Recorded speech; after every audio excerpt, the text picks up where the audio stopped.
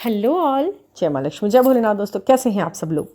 आज के इस वीडियो में मैं एक कमेंट के बारे में चर्चा करना चाहूँगी, क्योंकि वो कमेंट ऐसा है जिस पे मेरे दिमाग में कई सारे क्वेश्चंस खड़े हो गए। फिर मुझे लगा कि इसका तो वीडियो बनना चाहिए, क्योंकि ऐसा एक कमेंट नहीं हो सकता है, ऐसे बहुत से लोगों के दिमाग में क्वेश्चन हो सकता है। और जिसने भी वो कमेंट लिखा है वो मैंने अभी तक डिलीट नहीं किया है, मेरी कल वाली वीडियो में ही है।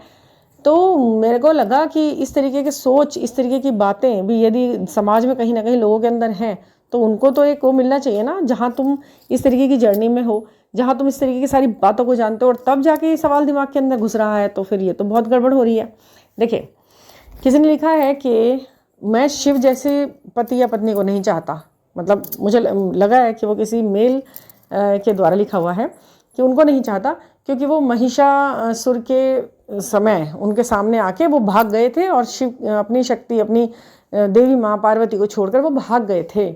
इसलिए मुझे ऐसा पति तो नहीं चाहिए, ना ही ऐसी पत्नी चाहिए। ठीक है, तो ये उन्होंने बोला। अच्छा, ऐसे ही बहुत से लोगों को अलग अलग भगवान जी के लिए अलग अलग बातें दिमाग में घूमती रहती हैं। रामचंद्र जी को कुछ लोग बोलते हैं, अरे जिसने अपनी वाइफ को इस तरह से कर दिया, अग्नि परीक्षा हो गई और ये हो गया, और वनवास चले गए, मतलब छोड़कर वो वहाँ पर ऐसे ऐसे ये सारी चीज़ें, कि उन्हें रावण ले गया था उनके रहते, कैसे लापरवाही हुई होगी, ये सब हुआ। ठीक है। एक कुछ लोग कृष्ण जी के लिए बोलते हैं, राधा को जब छोड़ना था तो प्यार क्यों दिखाया था करके, ये सब बातें सारी। तो भाई एक बात मुझे आप बताइए कि सारे के सारे ये जो महापुरुष हैं, या जो भी हमारे देवी देवता हैं, इनके बारे में जो कुछ भी आपको पता है, तो क्या आप मतलब इतना आंख बंद करके सुनते हैं, उनके बारे में गहराई में नहीं जाना चाहते हैं? आप एक बात मुझे बताइए, शिव ने यदि ऐसा किया होगा, महिषासुर के लिए आपने बोला, तो आपको शिव से ये संदेह है कि वो नहीं कर सकते थे? उन्होंने नहीं किया, उन्होंने करने दिया, अपनी शक्ति को दिखाया कि ये शक्ति, ये स्त्री का ये रूप इतना ज़्यादा पावरफुल है, और कर सकता है क्या, वो विनाश कर सकता है गलत चीज़ों का, गलत लोगों का, गलत आँख का। अगर कोई गलत आँख, गलत इंसान उसकी तरफ उठती है, तो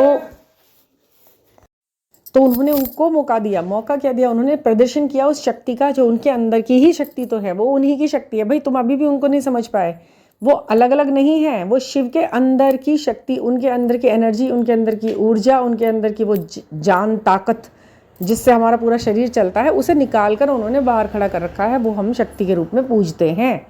ये है इसका कॉन्सेप्ट। और यहाँ जो शिव शक्ति की चर्चा की जाती है, वो भी इस ही कॉन्सेप्ट के अंतर्गत की जाती है, कि हम जिस ऊर्जा से निर्मित है, वो हमारे डीएम पार्ट के द्वारा उन्हीं की ऊर्जा है। उन्हीं ऊर्जा यानी कि वही करंट, वही एनर्जी, वो एनर्जी जो उनके अंदर होनी चाहिए थी, वो बाहर खड़ी हुई है एक स्त्री के रूप में। अब समझ में आया आपको? अब उस स्त्री के वो शक्ति ही तो मारेगी उसको। अब आप मुझे एक बात बताइए, अगर आपको कोई बड़ी भारी सी चीज़ उठाकर एक जगह से दूसरी जगह रखनी है, तो उसके लिए आप क्या करेंगे? फूंक मारेंगे, हवा करेंगे उसकी, या उसे क्या करेंगे आप? उसे बल द्वारा दूसरी तरफ किया जाएगा। वो बल क्या है? वो शक्ति है, आपके अंदर की शक्ति, जिसे आप खींच कर उसे दूसरी जगह कर रहे हो। अब अगर आप में इतनी ताकत हो कि आप उस शक्ति को निकाल कर बाहर खड़ी कर दो, और वो एक स्त्री के रूप में खड़ी हो गई, तो आपका खुद का शरीर क्या रह गया? केवल एक शरीर मात्र। प्राण, आपके प्राण, आपकी ऊर्जा क्या है? वो शक्ति, वो एनर्जी जो आपके अंदर थी, जो उस चीज़ को उससे उधर से उधर कर सकती थी, कर सकती है, करती है, वो उनकी वो शक्ति है। समझ में आ गया? अब यही चीज़ें आप उसे कह रहे हैं कि वो तो भाग गए। अरे उनको करवाना था, उनसे करवाना था, तभी तो ये मिसाल कायम करनी थी कि महिषासुर मर्दिनी। आपको मालूम है, जब जिस रूप में शिव ने अपना रूप चेंज किया है, उस रूप में फीमेल वर्जन आया है, वो वही शक्ति बन के आई है, महिषासुर मर्दिनी। जब महेश का जन्म उन्होंने अपना रूप धारण किया, तो वो महिषासुर मर्दिनी बनी। जब उन्होंने भुवनेश्वर का रूप धारण किया, तो वो भुवनेश्वरी बनी। जब उन्होंने तारकासुर का वध किया था, तारा माँ कैसे बन के आई? वो उनके ही रूप के द्वारा, जिस रूप में शिव शंकर भोलेनाथ ने इतने सारे अवतारों को अपने अंदर से निकाला है, तब शक्ति के रूप में सामने से वही उनका दूसरा रूप बनकर सामने खड़ी हुई है। ऐसे बहुत से उनके नाम हैं जिनके ऊपर उनका नाम बना है, और वो मैं आपको बताऊंगी कि कौन कौन से नामों के साथ वो इस तरह से अवतरित हुई हैं। बहुत सारे नाम हैं, वो ये 2-4 नाम ही याद आए अभी मैंने आपको बोले हैं जो। तो आप इस तरीके से मिसकॉन्सेप्शन मत करा कीजिए। इस तरह के कॉन्सेप्ट क्या आप शिव के ऊपर सवाल उठा लेते हो? भाई आप क्या सोच रहे हो? आप चला रहे हो इस दुनिया को कोई? इसे एक ऐसी ही तो ऊर्जा चला रही है जो आपसे भी परे है, जो सबसे परे है।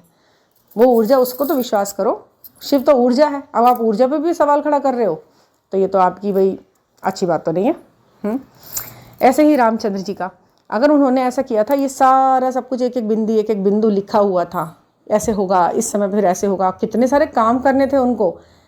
ये तो उनका वनवास जाना भी एक प्री प्लान्ड चीज़ थी कि वहाँ जाएंगे, कितने लोगों का उस वनवास के दौरान संहार करेंगे, उद्धार करेंगे और मतलब उनको सदगति प्रदान होगी। भाई एक एक चीज़ लिखी हुई थी, उन्हें किस नाव में बैठकर किस केवट के द्वारा वहाँ पहुँचना है, उनके अंगूठे से किस अहिल्या माई का क्या होना है, ये सब लिखा था। क्या घर में बैठकर, अपने महल में बैठकर वो ये चीज़ों को इस तरह से अंजाम देते? नहीं ना, ये चीज़ें ऐसी ही होनी थी। ये सब कॉन्सेप्ट लिखा हुआ है। आप किसी भी देवी देवता पर या किसी भी वजह से कोई सवाल खड़ा करते हो, पहले उसका जवाब खुद से ढूंढ लो अंदर से कि यार ये सब चीज़ ऐसे है। अगर वो ऐसा नहीं करते, महिष, आपने बोला महिषासुर को देखकर, तो कैसे हम नारी जाति को कैसे प्रबलता मिलती? क्या करा है आपने का आंसर क्या होता स्त्रियों के सामने? झांसी की रानी ने ये सब कुछ किया, उनकी शक्ति एक स्त्री शक्ति के रूप में। यदि नाम लेने पे आते हैं तो बड़े गर्व से कहते हैं ना, स्त्रियों से पूछो जरा अपना नाम लेते क्या करती हैं स्त्रियों में, क्या है, तो बता दी है ना वो कि मेरे जैसी तो ये भी थी। झांसी की रानी भी एक स्त्री थी, अहिल्याबाई भी एक स्त्री थी, जौहर दिखाने वाली वो बड़ी बड़ी वीरांगनाएं जो युद्ध में दिखाती थी वो भी स्त्रियाँ थी। तो जब हमारे अंदर वो शक्ति है, कल्पना चावला, आज की डेट में ऐसे ऐसे नाम भी आपको पता होंगे। इंदिरा गांधी ने चलाया, देश को चलाया, और नाम, जब ये नाम ही नहीं, इन्हें मौका ही नहीं दिया जाएगा तो फिर ये क्या अपने कला का प्रदर्शन करेंगे? और जब इन्हें कोई मौका देगा तो और जो इन्हें मौका देगा उसे आप कह देंगे ये तो दब्बू है, ये तो डरपोक है, इसने तो स्त्री के ऊपर छोड़ दिया। मौका देने नहीं देंगे और जो मौका देगा उसको आप गलत ठहरा देंगे। तो ऐसे कैसे समाज का, अपनी सोच को थोड़ा सा ना ब्रॉड करना चाहिए। ऐसे बहुत सारे अवतार हैं जिनके अपोजिट में स्त्रियों ने अवतार लिए हैं, माँ शक्ति ने अवतार लिए हैं। आप पढ़ के देखिएगा ज़रा कभी। अगर हम इस बात को कहते हैं कि शिव ने अपनी शक्ति को अलग क्यों किया था और क्यों वो इस तरह से उन्हें छोड़ के भागे जब उनको ज़रूरत थी, या वो बहुत ज़्यादा मेहनत उन्होंने की है अपनी लाइफ में, अपने स्ट्रगल को अकेले ही झेला है, तो वो अकेले नहीं है। वो वही बात है कि शिव की शक्ति के रूप, अब वो शक्ति के रूप किस किस तरीके से, वो शिव के रूप के अंदर ही तो दिखाई देंगे। आपने नहीं सुने क्या वो नाम? महाकाल, जब वो महाकाली बनी थी, तारकेश्वर अवतार में वो तारकेश्वरी बनी थी, तारा माँ, भुवनेश्वर अवतार में भुवनेश्वरी, षोडश अवतार में षोडशी, भैरव अवतार में भैरवी, और छिन्मस्तक अवतार में छिन्मस्तिका बनकर उन्होंने उनका हमेशा साथ दिया है। तो क्या अभी भी आप ये कहोगे कि वो भाग गए थे और वो था ही क्या? वो सब कुछ एक ही था, वो उन्हीं की शक्ति है, वो वही है। ठीक है, तो अब आज के बाद इस तरीके के सवालों को दिमाग में जो उठे ना, वो तो उनका आंसर अपने आप से सोच के देखना कि क्या वाकई में हम भगवान जी के ऊपर या हम जो ऐसे बोलते हैं तो ये क्या सही है। और ये भी देखना, मैं डीएफ्स के लिए भी बोल रही हूँ कि मैं तो बड़ा स्ट्रगल कर रही हूँ, मैं तो अपने शिव को पाने के लिए बड़ा स्ट्रगल कर रही हूँ और वो काय का शिव है जो मुझे ऐसे। अगर आपको ये लगता है कि वो व्यक्ति सही में आपका शिव है और वो हकीमी शिव वाले गुण तत्व लेकर आया है, वो अच्छा है, वो बहुत ज़्यादा स्पिरिचुअल है, वो बहुत ज़्यादा अपलिफ्ट हो चुका अपनी लाइफ के अंदर, तो उसके किए हुए किसी भी व्यवहार को आप ऐसा ना समझें कि ये मेरे लिए गलत हो रहा है या आपको सिखाने और आपको अपने आप को साबित करने के लिए हो रहा है। कि आप खुद को साबित करो ना। जब भी इतिहास में ये पूछा जाएगा कि उसने क्या किया, तब आपके पास जवाब होंगे कि मैंने ये किया है, ये मैंने किया है, ये लाइफ में ऐसे लीड करती हुई आई हूँ, और अगर मैं कर सकती हूँ तो तुम भी कर सकते हो और कोई भी कर सकता है। उदाहरण देने के लिए कुछ करें तो ऐसे ही थोड़ी ना कि हाँ मैं वो हूँ, मैं भैरवी हूँ, मैं महाकाली हूँ, मैं चंडमुंड संहारक हूँ, मैं महिषासुर मर्दिनी हूँ। अरे काय के लिए हो, कहाँ से हो, कैसे हो? तो बताया है ऐसे हूँ, देखो कैसे किया है मैंने ये सब। आपने वो भी सुना है ना जहाँ वो रक्त बीज संहारक भी हैं, वो तो है ना, जब जहाँ वो उनका लहू गिरता था, वो राक्षस का था, वहाँ और पैदा हो रहे थे, उन सबको कैसे उन्होंने काट के गर्दने उन्होंने अपना, तो ये करने दिया इसलिए किया उन्होंने। और करने किसने दिया? उस शिव ने दिया। चाहते तो एक उंगली से वो अपनी एक तीसरा नेत्र खोलते और क्या नहीं हो सकता था। तो ये सवाल मुझे बहुत अटपटा और बहुत ही बेकार लगा। बार बार ये कमेंट मेरे सामने आंखों के सामने आ जा रहा है। जब भी मैं उस वीडियो को देख रही हूँ ये कमेंट मेरे सामने, मैंने कहा इससे हटाना तो नहीं है, पहले इसका जवाब देना है मुझे अच्छे से। तो ऐसे किया, अच्छा है। लेकिन वैसे अच्छा किया आपने ये सवाल किया, ताकि मुझे ये वीडियो बनाने का मौका मिला और इसके द्वारा इन सोचों पर एक सबलता मिली।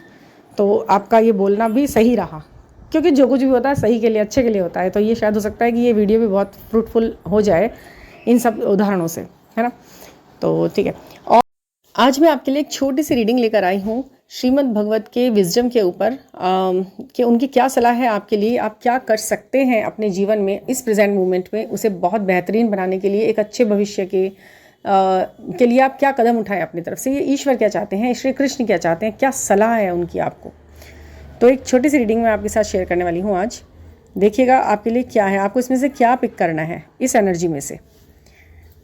सबसे पहले जो आपके लिए गाइडेंस आया है ईश्वर की तरफ से, श्री कृष्ण की तरफ से, वो है कि आप अपने अंदर की उदारता, अपनी काइंडनेस, अपनी मर्सी को किसी भी वजह से खोने ना दें कि स्थितियाँ जैसी भी सही, आप अपने अंदर दयालुता ज़रूर रखें, ठीक है। और फियरलेस रहें, किसी भी चीज़ का कुछ भी बुरा नहीं होगा आपके लिए। अगर आप ऐसा करते हो तो कुछ भी बुरा नहीं होगा। आपको बस अटैचमेंट को छोड़ना है, फियर को छोड़ना है और बहुत ज़्यादा बेफालतू में विवादों में फंसने को, उसे त्याग देना है। कहीं भी कोई बात है, ठीक है, इट्स ओके। और पेशेंस से अपने लिए जीवन में आगे की प्रार्थनाओं को करना है, अपने लिए सोचना है कि मेरे लिए सब चीज़ें मेरे फेवर में हो जाएंगी, इसका धैर्य ज़रूर रखते हुए चलना है। तो गीता के सार और उनके विजडम के लिए आपके लिए जो भी ये चीज़ें थी मैंने आपके साथ शेयर की हैं, अब आपको उसी अकॉर्डिंग सेट करना है अपना गोल, ताकि आप उसे अच्छे से पा सको। और पेशेंस रखो, यानी जब भगवान पेशेंस रखने के लिए कहता है ना, तो वो ज़रूर आपको देने के लिए बोल रहा होता है कि मैं देने वाला हूँ, तुम धैर्य रखो, विश्वास रखो मेरे ऊपर, मेरी सत्ता पर, मेरी शक्ति पर, ठीक है ना। तो यही आपके लिए आज की गाइडेंस है। कोई पर्सनल रीडिंग लेनी है या कोई भी सेशन बुक कराना है तो 9410671874 पर आप मुझसे कांटेक्ट कर सकते हैं और अपनी जीवन के किसी भी पहलू पर एक अच्छे से नज़र डालकर अपने लिए चीज़ों को होते हुए देख सकते हैं with switch words, mantras, tarot readings, numerics readings and all. Thank you for listening.